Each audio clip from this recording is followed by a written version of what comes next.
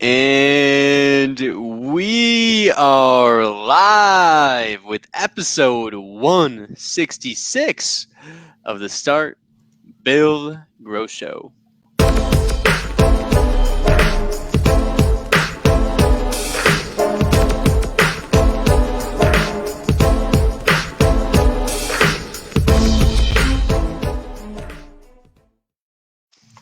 Randy Brothers, my friend, what is going on, man? Football is back, first off, so that's great. All is well with the world, but how we doing? Living the dream, man. I don't want to talk about football. Let's not go there.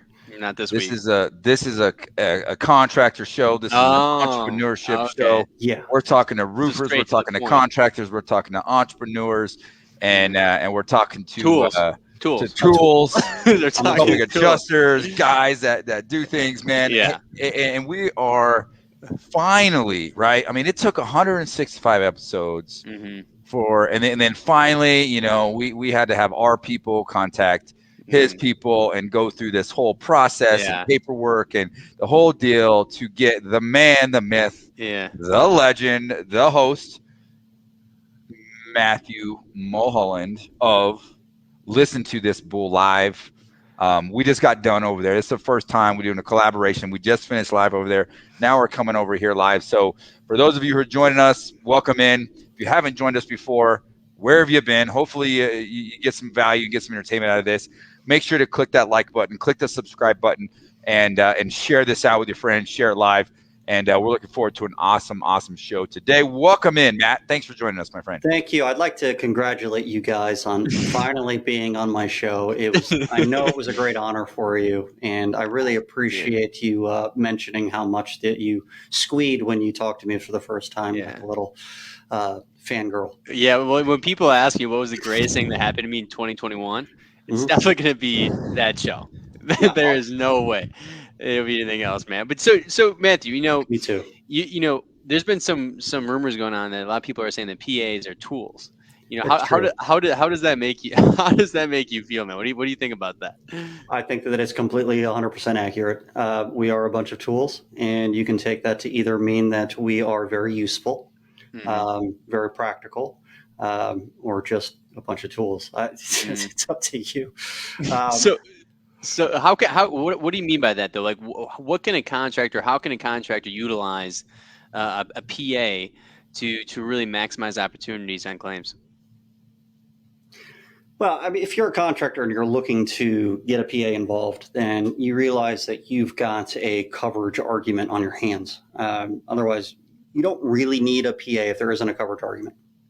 It's sometimes a hell of a lot easier to get one involved from the beginning. I know as a public adjuster, I'd rather be involved before the claim is even filed, but it isn't 100% necessary to have a public adjuster involved in every claim until there is a coverage disagreement. So as a contractor getting a PA involved, that PA probably needs to be able to interpret a policy very well. They need to be able to dig through it and understand what the difference is between what is being said by the carrier and what the actual policy really says. And then they need to be able to make that argument. So Nate Ellis says here, what has he's got? Nate Ellis in the building. What's going on, Nate? Wait a second. Is it Tuesdays today? Where's Nate been, man? We switched to Tuesdays a while ago. So Randy basically he wanted to race his car around the racetrack, right? And ask me how many times I've actually done it on Wednesday. How many times have you actually done it? No, I just filled up my dang schedule with coaching calls. But that's okay. Yes. Okay, man. Well, we used to go live on Wednesdays, and then in the beginning of summer, we switched over to Tuesdays. So, Nate, it's Tuesdays, 4 p.m. Mountain Time. So make sure you're jumping on, all right, my friend. But so Matthew, it was great to be on your show, though. And, we had a great time over there. That was fun. And I know a lot of people already know who you are and everything like that. But no matter what, we always like to start story time, just in case there's people out there who might not know who you are. How did you probably help? What's up? This will help. Oh, now see, that's the thing.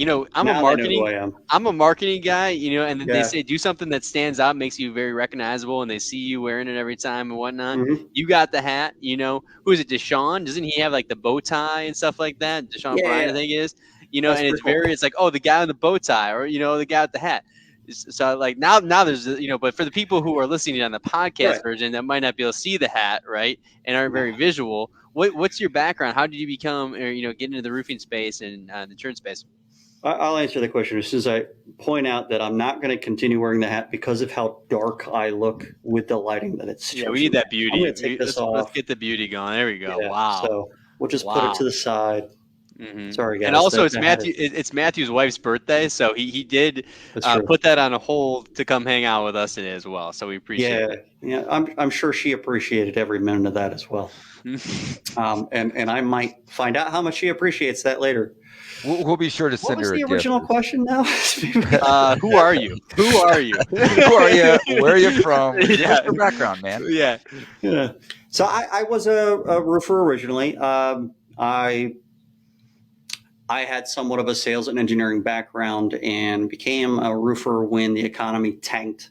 I had several businesses that had come through and failed, and I was looking for something new. I got picked up by a roofing company and sold roofs, knocking on doors, just like a lot of the roofers out there. And within a year, I started my own company and continued knocking doors, which, by the way, I suck at. I suck at knocking doors. So you weren't a good door-to-door sales guy? You were good at knocking doors? I suck at it mostly because I hated every minute of it. I had to psych myself into it every single time. I just don't have the personality to go talk to a complete stranger out of nowhere. I did it because I had a family and I had to, but I hated it. But I was very good at dealing with the insurance carrier. And I realized that other people were not very good at dealing with the insurance carrier. So I became a public adjuster and started marketing myself to other roofers, and been doing that ever since. Though, if I could go back, as hard as it is for me to knock on a door, I made more money for less effort as a roofer, by far. Mm-hmm. And then, so what market were you in? So I'm in Atlanta. You're in Atlanta? Yeah. So I do claims nationwide these days because I'm doing large loss, but it's for the residential market. We have or had a very large firm. All Good Adjustments was the largest firm in Georgia for a while. We were doing up to 3,000 claims a year, mostly residential. So we did a lot of small claims, and the process that we built along the way and how we dealt with things was tweaked to the minute level to make sure that everything was flowing through smoothly. The assembly line approach was utilized 100%. We were very good. Mm-hmm. Georgia is not a great state to work in as a public adjuster, though. Mm-hmm. So anyway. On the residential side, so that's interesting. I feel like, on the residential side, when's the right time to be bringing in a PA then versus, the commercial? What's the different experience of when to be utilizing a PA, I guess? I can tell you what I prefer, and then I can tell you whether it's 100% necessary. I prefer to be involved for both of them, to be involved from the very beginning. I want to be there to determine if there even is coverage, if there is a claim, before the claim is filed. Because if I can tell the policyholder that they don't have enough coverage, that they need to get at this coverage or that coverage before we file and wait for the next storm, then I'm going to have a customer that's actually going to have a claim that works out, and we're going to actually be able to make some money. If I don't have a customer like that, or get involved from the very beginning, a lot of times we have an uphill battle, and it's a lot longer claims process. For commercial side, it's rare for me to get involved from the beginning, though I really appreciate it when someone gets me involved from the beginning, but it's rare. And I realize that, the money is there, so it's worth going through all the headache of unpacking all the crap that had occurred on that claim prior to us getting involved. However, let me say this. If a public adjuster knows what they're doing and they get involved with any claim from the beginning and they set it up properly, it's going to be faster, it's going to be smoother, and it could very well go through the entire process, and you might think, we didn't even need a public adjuster. Mm-hmm. That might be just because you had a public adjuster from the beginning. We'll never know. There's no way to know. But I can tell you there's plenty of times where the adjuster has verbally told me that, thank God you're a PA that knows what they're doing. I was able to get this pushed through right away and we're be able to settle. And 3 weeks later, we have a couple $1 million check in hand. So it's one of those things. You could try on your own if you want. If you happen to know a good PA, it's probably for the best if there's a claim involved, especially in the large ones, to get one involved. And there's plenty of PAs on the large claims that are willing to get involved. The smaller stuff is more difficult to find a PA. So you're right. So there's a different answer there. If there aren't many PAs, or there aren't many PAs that can take on a lot of work, then maybe at the point that there is a coverage dispute would be when you need to get a PA involved. Other than a coverage dispute, it might not be necessary. Mm-hmm. But if you can find a PA that's willing to take them and they're good, I still think it's a good idea. Most PAs will be able to more than compensate for their own fees anyway. Plus, it's a lot of work that you can take off your own hands. Yeah, what percentage of PAs are doing some residential stuff, and willing to take on some of the smaller stuff as well? I don't know the actual statistic. I don't know if anybody's actually tracking that kind of thing. Maybe we need a CRM to make that kind of determination. But do you have an idea? Because if someone hits up a PA and the PA is uninterested in taking that claim, then sometimes they're like, oh, well, I guess that's that. You know what I mean? So do you have any tips on trying to find, I guess, a PA that's willing to take some of the smaller stuff, or what that looks like? A lot of times it's the newer PAs that are willing to take on the smaller stuff. I can tell you this, if you're trying to send a claim to a PA and they say no, don't badger them. There's a reason. It's either a shitty claim. Can I curse on your show? Yeah, you're good. You just did. So we're gonna edit that out. Oh wait, you're live. yeah. It's either a shitty claim or they don't have the capacity and they don't want to tell you that because they're afraid that they'll lose future business with you. Just move on to the next one. Or if you want to take on, because they don't make very much money. So they want claims that are valid. They don't want to waste their time.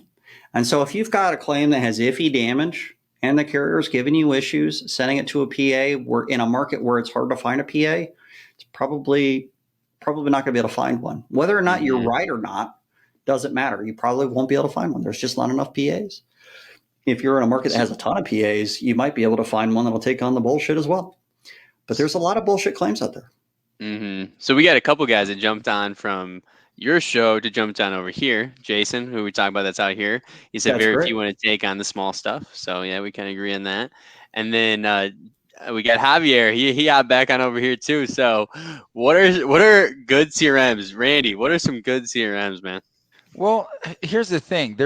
All of them are going to be good to an extent, but you got to use them and you got to, put them and use them for what they're best suited for. And you got to make sure they fit within your business model. That's how I look at it. I mean, you can make any of them. Any CRM is going to help improve your business if you're going from paper, right? I'm obviously biased, but I use and have used for a number of years now Job Nimbus. And I love the fact that it is customizable. I'm not limited to their software and having to change my business model to fit their software. I can change and customize the software to fit how I want to conduct business and how I want to process all my jobs. And then not to mention the integration. I mean, they got 40, 50 integrations of all these different other CRMs that are not CRMs, but other softwares that just all plug and play to just, really enhance the efficiency and effectiveness of your business. So the tech stack, baby. The tech stack. That makes sense, right?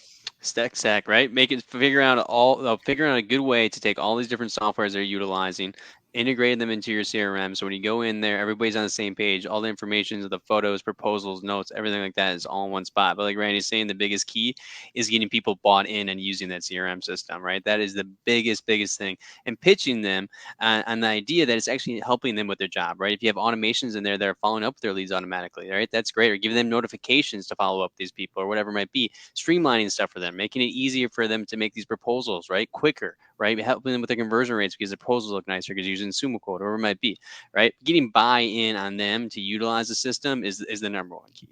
But obviously, we're all about Job Nimbus. So I used Job Nimbus as a public adjuster for a while. Really? We did end up switching to a different CRM, but I can tell you as my experience as a public adjuster with Job Nimbus was actually decent. It really wasn't designed for public adjusters, but being as customizable as it is, we were able to manipulate the system to work. There aren't many CRMs for public adjusters. There are a handful now. Is there one that's like a specialized for PAs too? There's several. There's only like one or two that are even worth mentioning, and that would be like Claims Wizard and Claims Force. There are a few others that are new that are coming out, and I'm hoping that they might end up working out. But Claims Wizard is I think it's outdated, to be honest. It's not very customizable. It is one system for all. You have to make your stuff fit into it, but it has a few cool features. Claims Force is very customizable, probably too much so. And it causes a lot of legacy system errors. You got to be a programmer just to use it.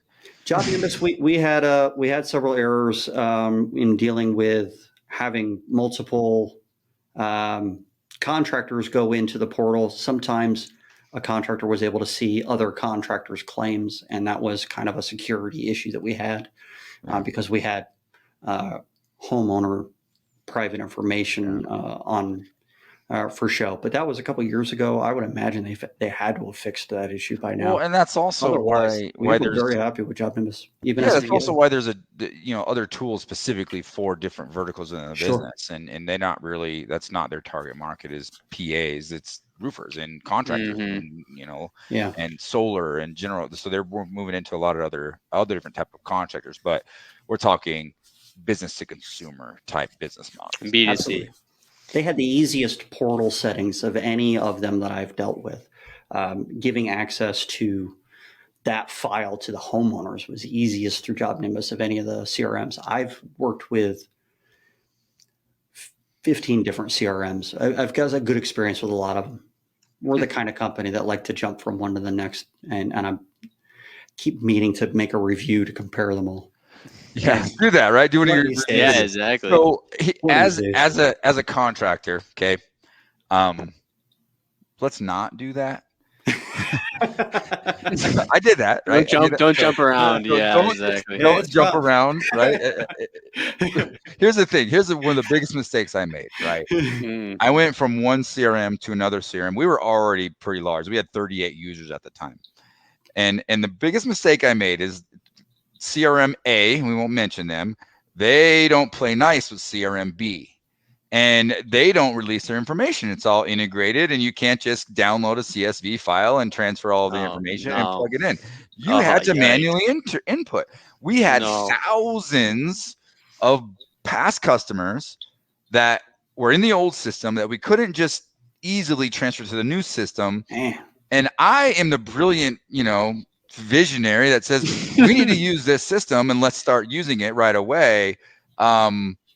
I think I had almost had a mutiny on my hands. So here's the thing: customer would call in, one of my staff would be like, okay, they're looking in two different systems to try to figure out information. Exactly. And it took forever to transfer that data over. So if you are going to do that, one, find one that plays nice with each other, or transfer the data first and then switch to using the new system. Big mistake.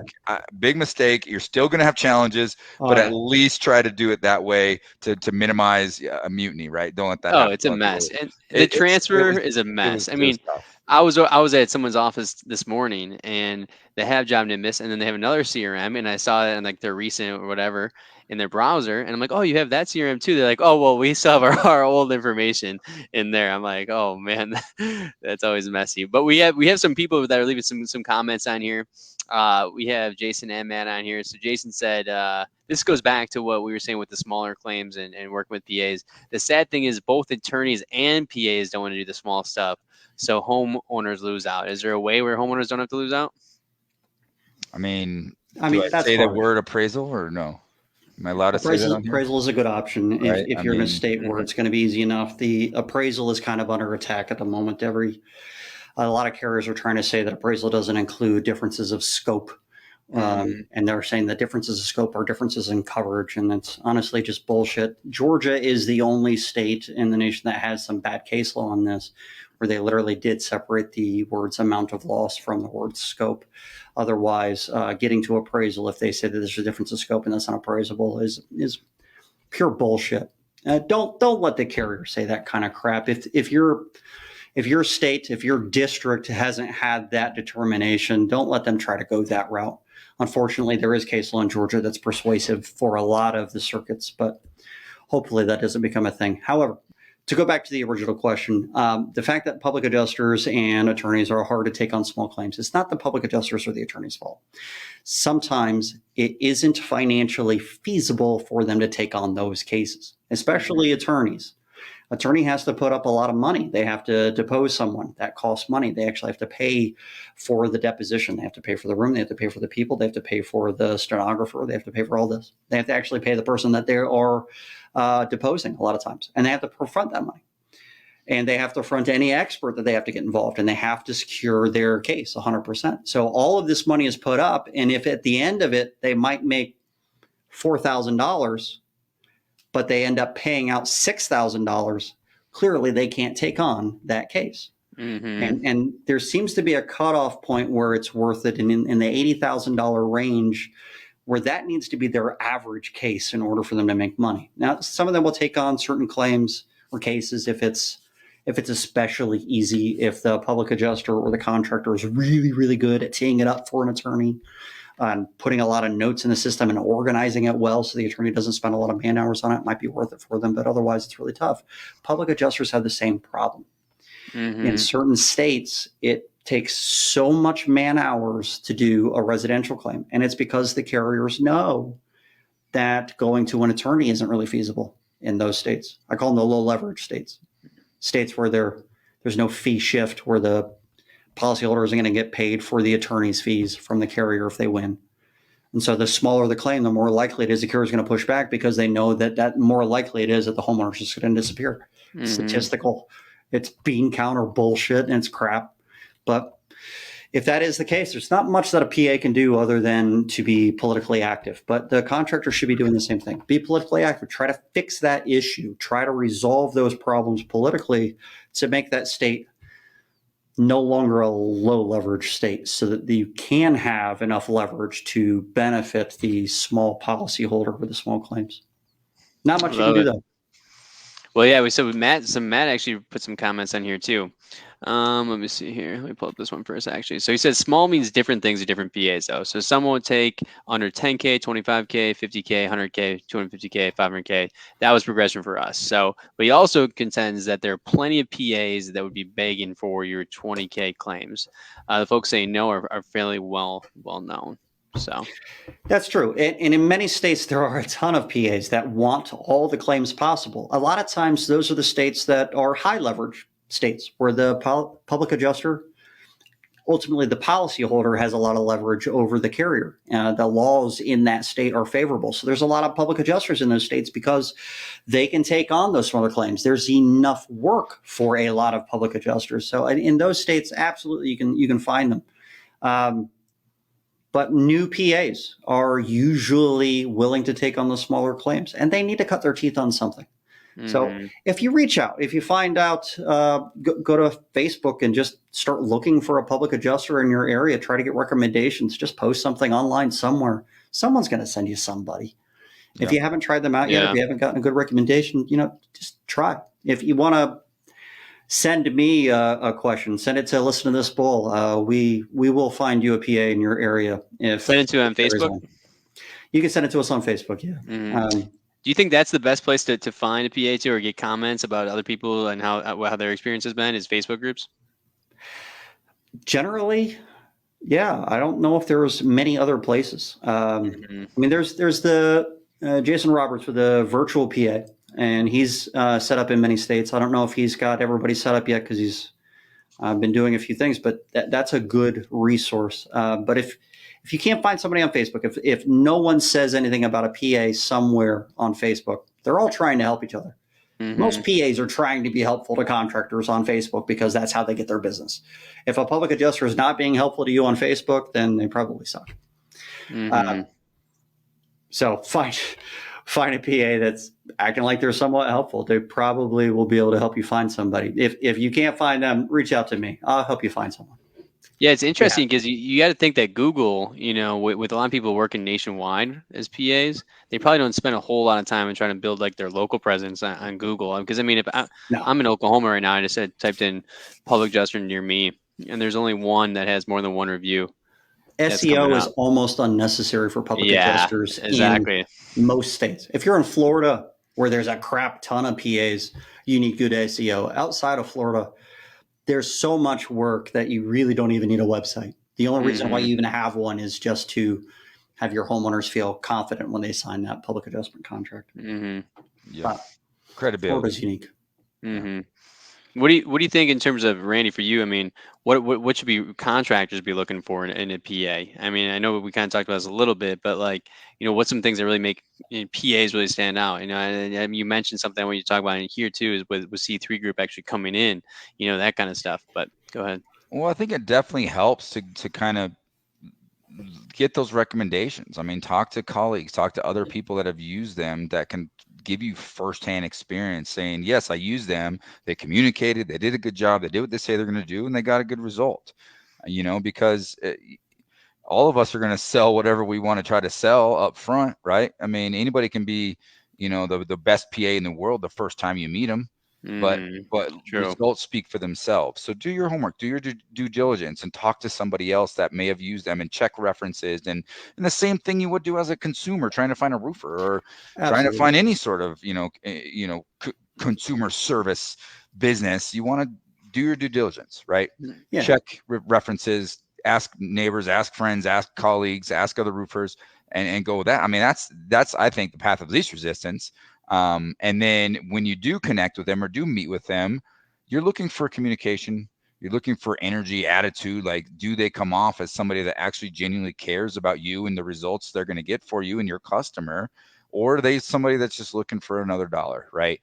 If you have a little bit of intuition and you're somewhat of, you have a little bit of experience just in life in general, trust that intuition. You're dealing with humans, human to human interaction. Your vibe's going to attract your tribe.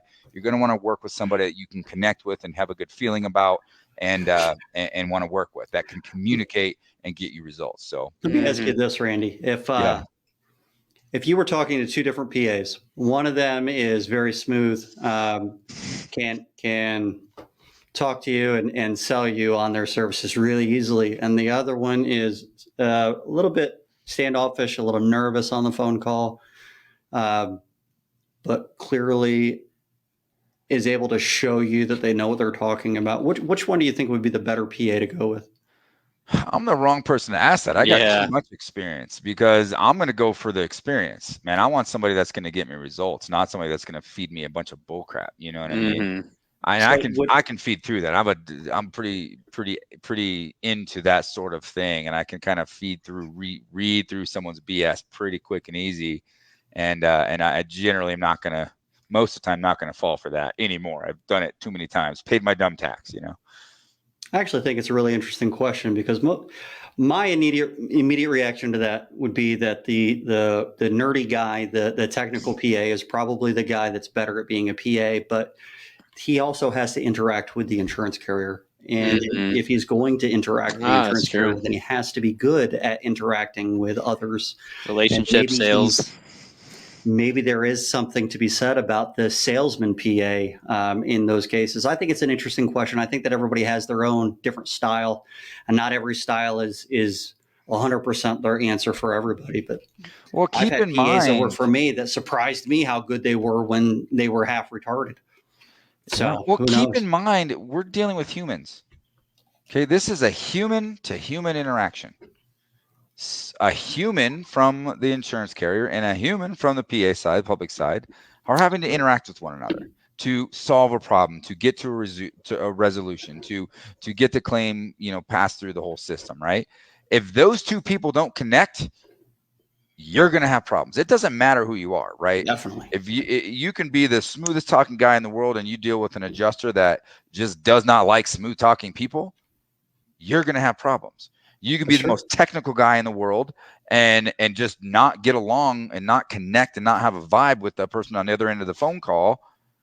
You're going to have friction. You're going to have problems. So, at the end of the day, there's no perfect science to it. It's just, the human that is more aware of not only themselves but also how to interact with others, and can diversify and can shift their style to interact with more people. That's the person I want to connect Someone with. that's good with people. For me. That's why your question is actually really good. I didn't even really think of it that way. It's a good point, because the nerdy person might have, some knowledge, but if they're unable to interact, that could be a struggle as well.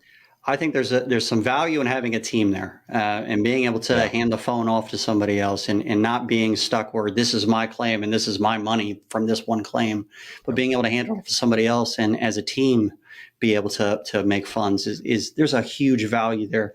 We used to have a guy that he had a real deep, sexy radio voice. And if there was a female adjuster on the other end, we would hand off the claim to him just to talk to the female adjuster, because a lot of times they really liked that. I don't know why that worked, but it was, I do know why it worked, but it was, God, it made me laugh every freaking time that it worked. If you hit a brick wall, though, and a lot of my PAs would hit a problem with somebody, and it didn't matter who we handed it off to. The fact that we handed it off to somebody else, so there was a second voice, someone different talking to them, suddenly the claim would start moving again. There's there's going to be some problems, some kind of friction that you have to overcome, and sometimes just handing it off to somebody else can resolve that issue. And being more than a one-man show is somewhat important in those aspects. Let's take that exact same concept and apply that to roofing and roofing sales. Right? Like if you can build a sales team that and or work with other people, if you're doing it yourself, you have a small team or whatever, you need to find a sales guy with a really deep, sexy voice. There you go. Immediately. You know what I mean? He's just going to talk like this and be ready to handle you. Oh, wow, Randy, stop, man, stop. Right. Oh my gosh, you're welcome for that. That was hot. The thing is, there's for instance, I don't do sales anymore on the roofing side, but I have a whole team of people. And when I have a lead or I connect with somebody and I'm the first point of contact, you better believe I'm going to do everything I can to connect and get and learn about them just enough to try to pair them up with the salesperson I feel that they're going to vibe with the best. And then on the same token, we have leaders, sales leaders, like kind of player coaches type thing, and they're going to do their best to do the same too, is put the right client with the right salesperson to try to get the best results for the company and set the person up to do well and have the best chance to sell that deal. And I think that's where that teamwork approach comes in, right? You got to help one another and support, and be willing to say, you know what, you're way better suited for this client. I'm going to pass them on to you, and just don't forget that. And maybe someday it'll be reciprocated down the road. That could work with a canvasser type setup, where a canvasser is going out knocking on doors and finds a customer, and then they want to assign it to a specific salesperson based on the personality of that customer. I used to have flyers, and I had white flyers that I made up, the bulk of them, and then I had a small stack of pink flyers. And I would go up and I would knock on doors, and if the customer that I came across was somewhat flamboyant, he got a pink flyer, and I got that job every time. For whatever reason, they loved that pink flyer. So let's take a quick break. I'm gonna thank our sponsors, and then from there I want to talk about what you guys are seeing. If you're seeing anything in Louisiana, just trends you guys are seeing with claims as well. So of course we're gonna start with our headline sponsor, Job Nimbus. Job Nimbus is a fully customizable back office solution. Track leads, jobs, tasks from one easy-to-use software. And with the largest ecosystem of integrated partners, if we don't do it, we have a friend who does. Learn how the #1 back office system in roofing can help you be efficient, be organized, be professional, and be profitable. So if you guys have not checked out Job Nimbus, obviously we're a big fan of the company and the product that it offers contractors. Go to info.jobnimbus.com/roofing-academy. And now another big issue that we're constantly seeing is spending too much time on proposals, them not looking that great, not standing out from the competition. If that's the situation, this tool actually integrates with Job Nimbus. Are you looking to stand out with your proposal? Sumo Quote is the contractor quote that crushes the competition. It is the fastest way to build custom quotes that impresses clients and wins more work. It's one of those must-have technologies for roofing contractors, allowing them to sell faster, sell more, and sell smarter. Be sure to check them out at try.sumoquote.com/start-build-grow. And last but not least, the reason why I am out here in Oklahoma is Hail Trace. They're having a charity event that we'll be racing some go-karts, it sounds like, and all the proceeds are going to roofers and recovery, so that is awesome. But make sure you're checking out Hail Trace as well. If you're in the hail game, if you're working hail claims and selling roofs that have hail damage, you need to know where the hail is, how big the hail is, and when it hailed. I mean, if you're on the fence, it's a game changer.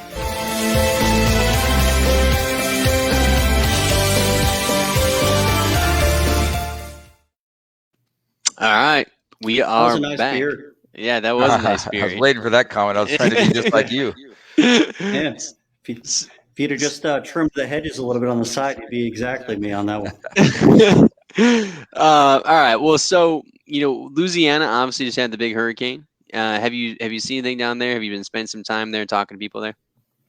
I was actually out in the hurricane with Matt Behrens and Hail Trace. Really? Yeah, we had a lot of fun. I've got some good video. I went out specifically for research for the National Claims Institute. So we were looking to get some specific video of certain types of roofing systems in a wind loss. And we actually came across some really interesting things that directly contradict some of the teachings that other engineering firms that do certification courses teach. Really? We've got some really cool video of shingled roofs where the damage doesn't start at the ridge, it doesn't start at the eaves, it doesn't start at the rakes. It starts at the penetrations, in particular the chimneys. Almost every building that we were paying attention to, the shingles started tearing off just behind the chimneys. And that's where they started lifting first and started flapping. It's just behind the chimneys. That isn't something that's taught. Yeah. So if you find damage near a penetration of some kind, the key is that wind is going at something and changing direction. And when it changes direction around an object, it creates a huge pressure differential there, and it's going to cause a lot of lift in that spot. Wind had to go around the chimneys, and it caused a pressure differential on the back side of it because of the Bernoulli effect, and it lifted the shingles up in that spot. More so than the ridge, more so than the rakes, more so than the eaves. So whether or not that's going to be the case every time, I don't know. It really might have been that particular roofing system that we're set up looking at, but I've got some interesting videos coming out on that.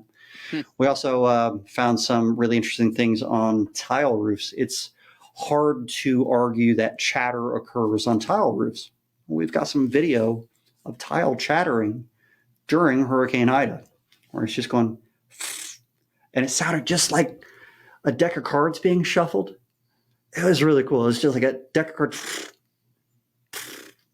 It was cool as shit. I got some really cool video of the tile just opening up. You can just see the black underneath of the shadow just getting bigger suddenly and going back down. And we got some really good zoomed in video of this. And then I have some video coming out of the end result, what the roof looked like after all of the wind had dissipated. But we were out there doing a lot of stuff, and it was really fun, to be honest. I had a blast, which I probably shouldn't say because, people died, but I had a great time.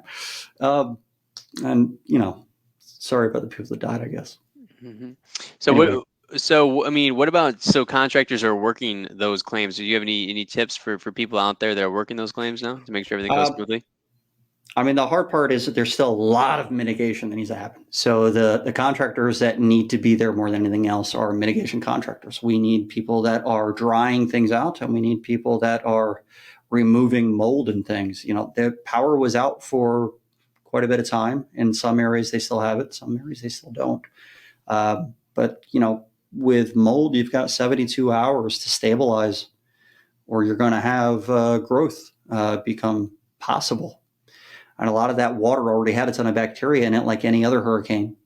You could take a look at the S500 from the IICRC to really establish, what category of water you're dealing with, category 3. But I think the biggest issue that most of them have, and they probably don't even realize, and let me just, if you are mitigating out there, great. I'm very happy to hear that there are a ton of people out there doing some mitigation, but you better be testing for asbestos. It's required by law, and most of you aren't doing it. Just do some testing, man. It's not a big deal. And if you come across asbestos, most of the time that's covered anyway, and you're not going to have too many issues with the carrier. So start testing for stuff. Lead as well. But asbestos is the biggest issue that I see. So is there any other trends that you're seeing with the claims and everything that you guys are doing this year? Well, the trends on a lot of claims this year, especially if you're talking about certain carriers, is they're suddenly denying a lot of stuff that they normally would not deny. And they're denying appraisal on a lot of claims that they normally would not deny appraisal on. And I don't know why they suddenly are doing that. I know that there's a lot of effort to fix that situation. But at some point, the carriers have to continue to abide by the policy language. But I think that the general trend is that things are getting tougher and that policies are continuing to have more and more language in them. The policy as a whole is getting thicker and thicker and thicker. The more words that are in a policy, the more coverages that will be denied, the more exclusions are going to be, the more gaps in coverage there will be. If there is no real reason for anyone to ever make assumptions on whether or not there is coverage on any policy anymore. And so if you're on the fence on whether or not you should be using a PA, if for anything else, you should have a PA in your back pocket to tell you whether or not there's coverage on something, because every policy is completely different. Completely different. Marring might mean something to one carrier and it means something completely else for another. So if you've got marring exclusion on one or marring exclusion on another, you might be able to still say that there's marring on this one, but if you say there's marring on that one, you lose all coverage. Or you might be able to say that this one's brittle and you'll be able to get a full roof replacement. But for this policy, if you use the word brittle, you just screwed the homeowner. They're not going to get approved for a full roof replacement because this policy doesn't cover any consequential damage that is a result of a condition of wear and tear. That's the Farmer's Smart plan, by the way. Interesting. Now, there's a lot of bullshit policies out there and a lot of language that is being approved by the insurance departments. Let me take that back. They're not actually being approved. They're just being ignored long enough that they're automatically approved so that the Department of Insurance doesn't have to have egg on their face for having approved that to begin with. They also don't have to say no and have all the money from the carriers that's going towards their campaign funds dry up. So as we bring this thing to a close, we've had a pretty fun last couple hours here, man. It's been awesome hanging out with you, Matthew. We always end it with a golden nugget, something you want to leave the viewers with, right? So it could be something to implement, something to avoid, something to look out for. You kind of name it. It could be words of wisdom, and it could be a quote you made up, for all I care. Randy Brothers, we always start with Randy first. So I buy you some time, So I'm a nice host that way, and then you can go. So Randy, man, for the 166th time, what you got? This one has been, we talked a lot of communication and teamwork and stuff like that today, but I want to remind people, and again, our audience, a lot of entrepreneurs, a lot of business owners, a lot of aspiring entrepreneurs, people or entrepreneurs, you're an integral part of a business. Business is a team sport. Okay, you got to understand the concept of building a team to achieve the results that you want to achieve. And you also got to understand that you're only as good as your weakest link. And if I'm the leader of a team and I know that I'm hustling, I know what I'm capable of, and I surround myself with people that are just as good, if not better than me on my team, that's a winning formula. So understand the value of team and the value of surrounding yourself with great people to be on that team, and the value of communication and the value of teamwork. And those things can really help you build a great organization and help you achieve the goals that you want to achieve. Love it, man. Matthew? Do you come up with a different nugget for every episode? No, he says that every single time. No, I'm joking. Yeah, he does. I mean, it came off so smoothly.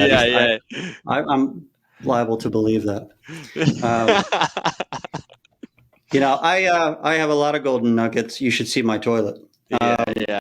It never flushes. Good one. There, we're done. All right, that was great. Great show. See you later. Yeah. Great life advice. Always use wet wipes. Yeah. I'll stick to the overall theme that public adjusters are tools. We are tools, meaning that we are good to be utilized. Most of us are willing to help.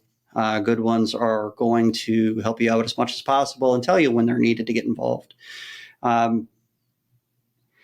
You can utilize public adjusters without feeling like you're hurting the policyholder. You can talk to us about stuff. Most of us will give you free information and help you understand where it is that line is.